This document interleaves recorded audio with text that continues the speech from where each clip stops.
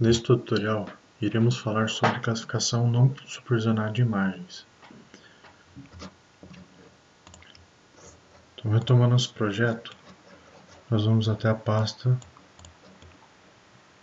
vamos abrir nossa imagem, no nosso caso, imagem recortada.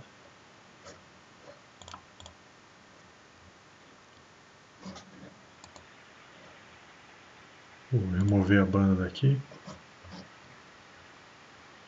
E vou fazer uma composição de imagem. Cor verdadeira.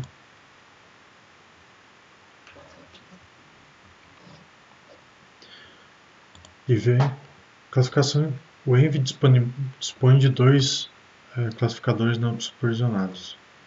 Então aqui na aba classificação, na pasta subdiretório Unsupervised Classification, eu vou encontrar aqui os dois algoritmos responsáveis por fazer classificação não supervisionada no Envy: Isodata Classification e K-Means Classification.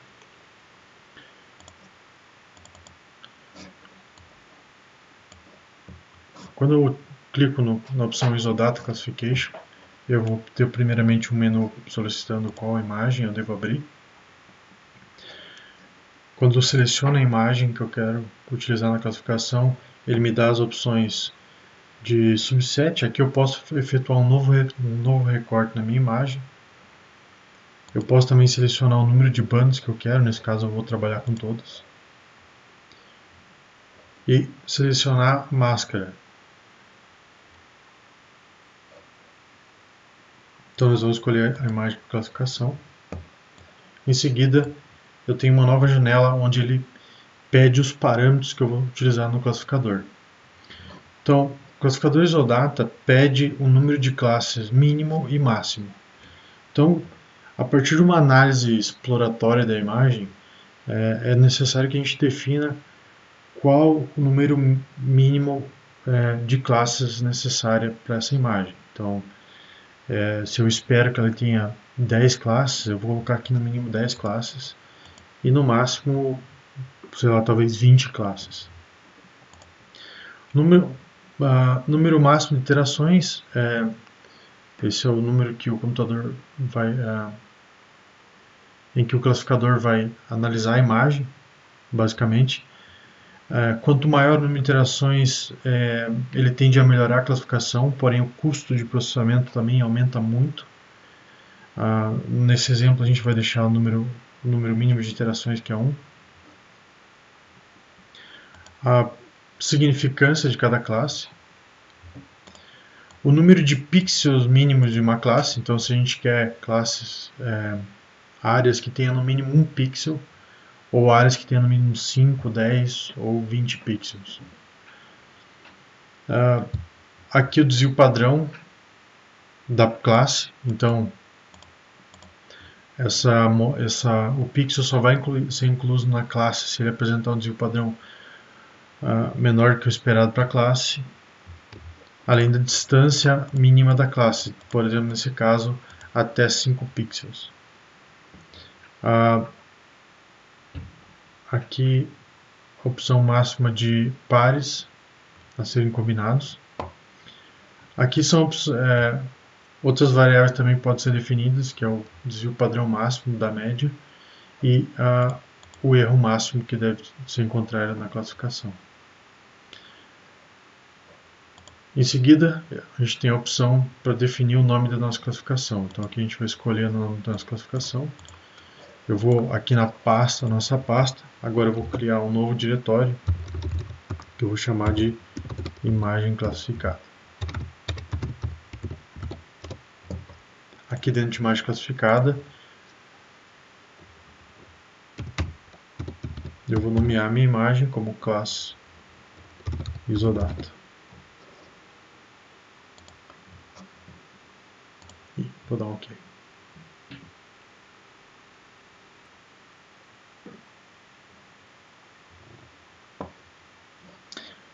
Depois que ele processou, então ele automaticamente vai exibir aqui o mapa de classificação. Aqui eu tenho as classes, aqui ele classificou com 7 classes, que é o intervalo que ele julgou necessário dentro do intervalo definido de 5 a 10 classes, que a gente definiu previamente no classificador. E se a gente comparar com a imagem, a gente vai encontrar uma série de ruídos. Isso normalmente é esperado em classificação não supervisionada. Um dos usos da classificação supervisionada é conhecer se há uma separabilidade entre classes ou não. Então, muitas vezes, classes que parecem, a olho nu, parecem serem iguais, para o classificador são diferentes. Então, aqui a gente começa a conhecer quais são os viés do classificador e o que a gente deve esperar da classificação. Então, quais classes devem se confundir umas com as outras? Por exemplo, eu tenho a classe 1 em vermelho, onde o classificador classificou tanto a floresta quanto a água na mesma classe. Então a gente percebe aqui que é um erro bem grosseiro desse classificador.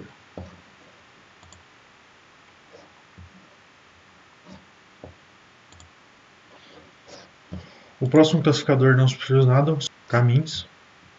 Então eu vou selecionar a minha imagem, essa imagem aqui. Em seguida eu vou ter a janela de parâmetros do classificador. O caminhos é um pouco diferente do classificador Isodata. Aqui ele pede também o número de classes. Eu vou definir aqui 10 classes. Vou definir a porcentagem limiar, número máximo de iterações, também o desvio padrão da média e o erro máximo que eu espero. Eu vou deixar em branco essas opções. E aí eu escolho também o nome de imagem que será salvo. Então eu vou na minha pasta imagem classificada e ponho classe caminhos. Então caminhos Isodata eu sei que é classificação não supervisionada. Dou OK.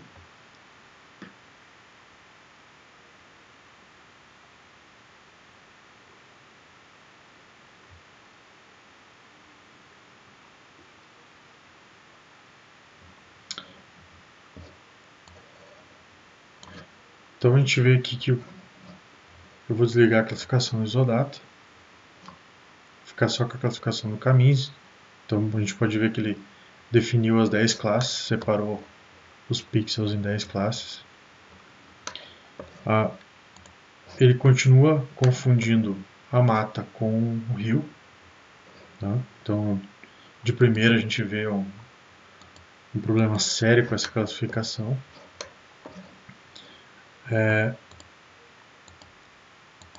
No entanto, eu já tenho algumas classes que parecem ser interessantes. Por exemplo, essa é uma classe de cana colhida, onde ele mostra uma certa coerência na classificação. Muitas vezes a gente vai encontrar duas classes dentro da mesma área. Provavelmente elas não são duas classes diferentes, mas o classificador por algum motivo separou elas.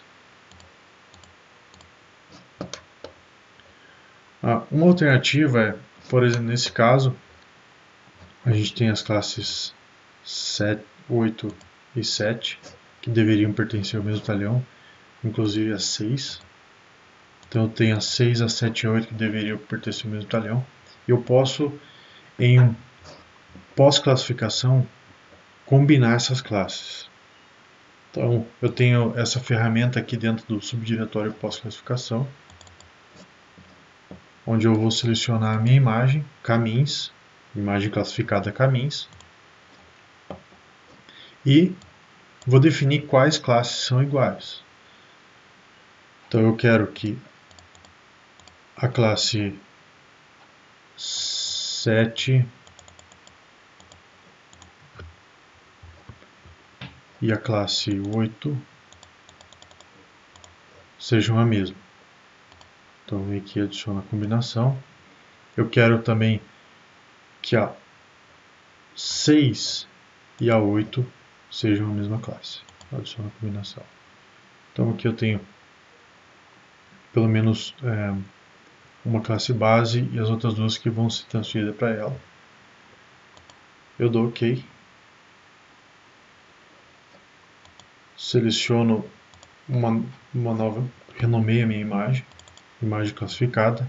Então eu vou selecionar a imagem caminhos e vou adicionar o sufixo comb, que é de combinação de bandas. Dá um OK. E ele vai combinar as minhas bandas. Então, ou seja, a área que era separada agora está junto na mesma classe.